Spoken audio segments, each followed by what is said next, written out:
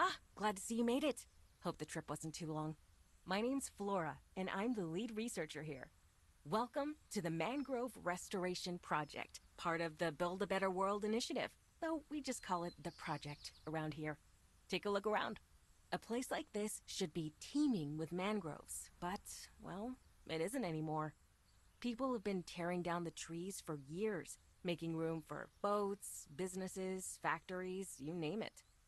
Mangroves provide homes for all sorts of creatures, like places in their weaving roots for fish to hide and treetops for monkeys to swing from.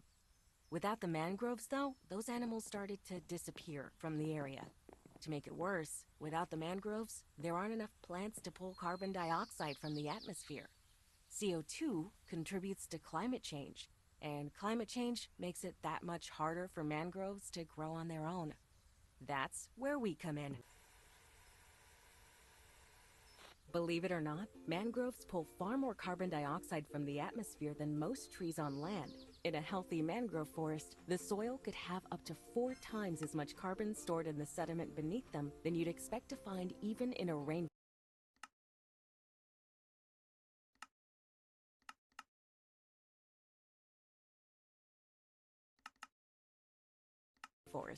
Considering the monumental amount of good that rainforests do for our environment, that is a significant contribution on the mangroves' parts.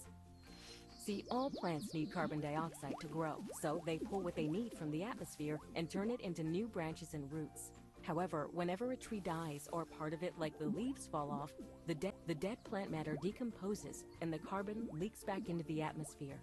Mangroves, on the other hand, grow extensive tangled root networks underwater. When a tree dies, the roots that are buried under dead plants CO2 back into the world within the mangrove's roots. It cannot just be an intact forest. It has to be what we have and to restore what we have lost.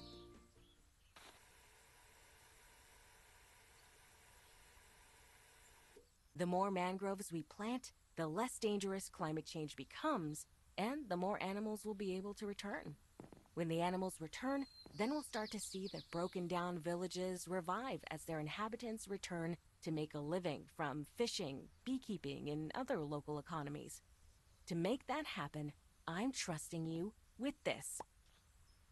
This is the state-of-the-art Vegetation Implementation and Growth Stimulation System 2000, trademarked.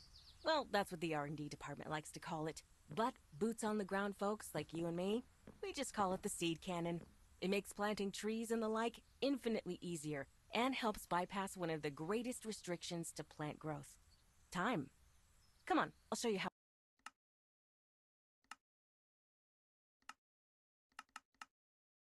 it works.